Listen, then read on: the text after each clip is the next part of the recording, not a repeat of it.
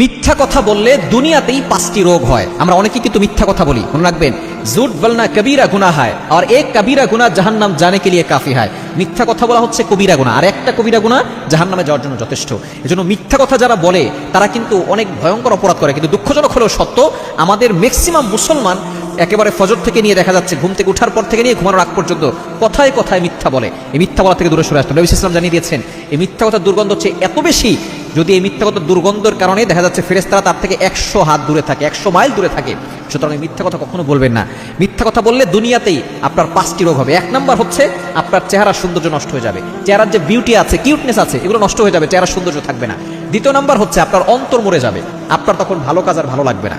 আপনার অন্তরে কলবের ভিতরে কালো দাগ পড়ে যাবে, তখন আপনার আজানের শব্দ ভালো লাগবে না, নামাজ পড়তে ভালো লাগবে না, আল্লাহর ইবাদত করতে আপনার কাছে বিরক্তকর মনে হবে, কোরআন তেলাওয়াত আপনার কাছে ভালো লাগবে না, অন্তর আপনার মরে যাবে, কলবটা এটা নষ্ট হয়ে যাবে। এজন্য মিথ্যা কথা বলা যাবে না। 3 নাম্বার, যারা মিথ্যা কথা বলে তাদের দুশ্চিন্তা বৃদ্ধি পায়। দুশ্চিন্তা মনে হচ্ছে তাদের ভিতর থেকে কেমন যেন কখনো যাবেই না, এমন একটা অবস্থা হয়ে যাবে। দুশ্চিন্তা আস্তে আস্তে মানুষকে শেষ করে ফেলে।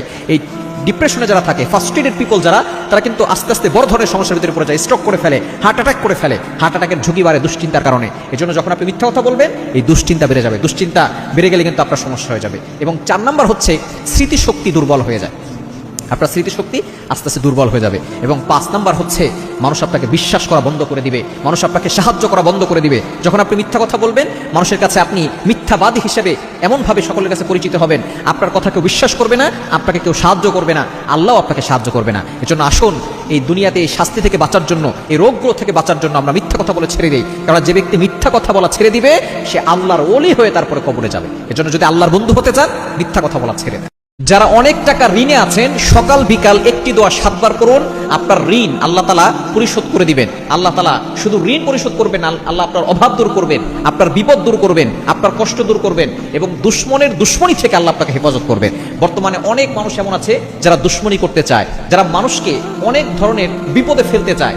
আপনি যদি একটা আমল করতে পারেন, এটা নবী সাল্লাল্লাহু আলাইহি ওয়াসাল্লাম নিজে শিখিয়ে দিয়েছেন। আবু দাউদ শরীফের 1555 নম্বর হাদিস, 1555 নম্বর হাদিস। নবী সাল্লাল্লাহু আলাইহি ওয়াসাল্লাম একবার মসজিদ নববীর পাশ দিয়ে হেঁটে যাচ্ছেন, দেখে আবু উমামা রাদিয়াল্লাহু তাআলা আনহু তিনি মসজিদে বসা।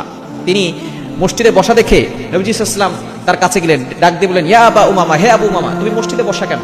আবু উমামা রাদিয়াল্লাহু তাআলা নবীজিকে ডাক দিয়ে বলতেছেন, ইয়া রাসূলুল্লাহ, ইয়া হাবিবাল্লাহ, ঋণের টেনশন, দুশ্চিন্তা, ডিপ্রেশন আমাকে মসজিদে নিয়ে আসতে। সাহাবায়ে কেরাম যখনই দুশ্চিন্তায় পড়ে যেতেন, তারা মসজিদে যেতেন। আর আমরা দুশ্চিন্তায় পড়ে গেলে, টেনশনে পড়ে গেলে এমপির কাছে যাই, মন্ত্রীর কাছে যাই। আপনি চাইবেন আল্লাহর কাছে, দেখবেন আল্লাহ তাআলা আপনার সকল বিপদ দূর করে দিবেন, ঋণ মুক্তির ব্যবস্থা করে দিবেন।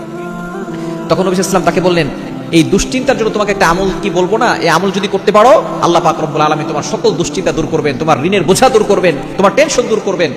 সে অনেক অভাবের ভিতরে ছিল, এবং দুশ্মনরা এবং ঋণে যাদের কাছ থেকে ঋণ নিয়েছিল, তারা তাকে বারবার ডিস্টার্ব করতো। নবী সাল্লাল্লাহু আলাইহি ওয়াসাল্লামের কাছ থেকে আমল নিয়েছেন।